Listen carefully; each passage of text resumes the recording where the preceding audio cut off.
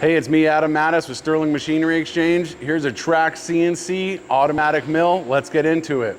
As I said, a TRAK DPME2 bed mill. When I say bed mill, that means this bottom right here is heavy duty for a reason. It's all built into the cast so you can put some really heavy material onto it. As opposed to something like this would be a knee mill. You see that knee right down there? That screw goes up and down, allowing you to raise this material. Now, if you have something that weighs 1,000 pounds or more, you'd want to put it on the bed mill, let the head come down to it rather than the other way around.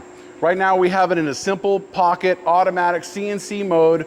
You can see the X, Y, and our Z is standard where it's at, making a circular pocket. Really easy to program. You can use this in manual or CNC mode, which is a great feature. Here's the variable speed head. Sounds great. Jog button. Table's in perfect condition. We've got extra discs here for the computer. It's a really nice machine. If this is what you're looking to buy, sell, or trade, give us a call, 626-444-0311. Check out our website at sterlingmachinery.com. Thank you.